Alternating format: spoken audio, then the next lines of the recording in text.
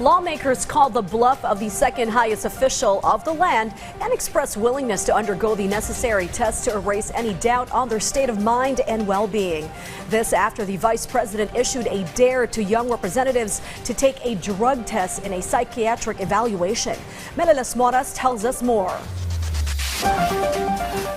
Challenge accepted. That's the response of the young guns or generation of new lawmakers in the House of Representatives on Vice President Sara Duterte's dare for them to undergo drug tests and psychiatric evaluation. However, they countered this with their own condition, and that is for the Vice President to testify again, but this time under oath before the House Committee on Good Government and Public Accountability, which she did not do before. The House panel is currently investigating the alleged fund misuse within the Office of the Vice President and the Department of Education.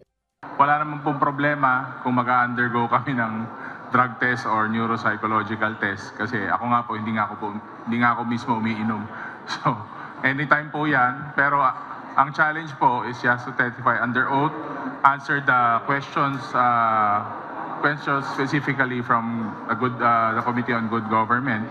House Senior Deputy Majority Leader and Ilocos Norte 1st District Representative Sandro Marcos is also part of the Young Guns, and earlier he also called out the Vice President for crossing the line and issuing repulsive statements against his family. The lawmaker said he remained silent over the weekend out of respect for the Vice President, but as a son, he cannot say mom after the Vice President threatened to exhume his grandfather, former President Ferdinand E. Marcos Sr., and behead his father, President Ferdinand R. Marcos Jr.